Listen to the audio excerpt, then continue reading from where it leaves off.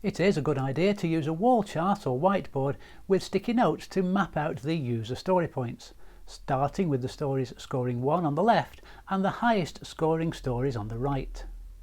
The base story and its score is now used in affinity estimation, which is a rapid technique used when the number of user stories to estimate is large. If you were to take each story and assess it, the team would probably be still estimating right through the night. In affinity estimation, you pick a story and decide whether it is simpler or harder than the base story, which takes only a few moments to decide. You can refine the estimation by triangulation, where you compare the complexity of the story being estimated against 2 or more stories in the same range. It should take only a few hours to work through all the user stories this way. Resist the temptation to use software to record the decisions until you've finished.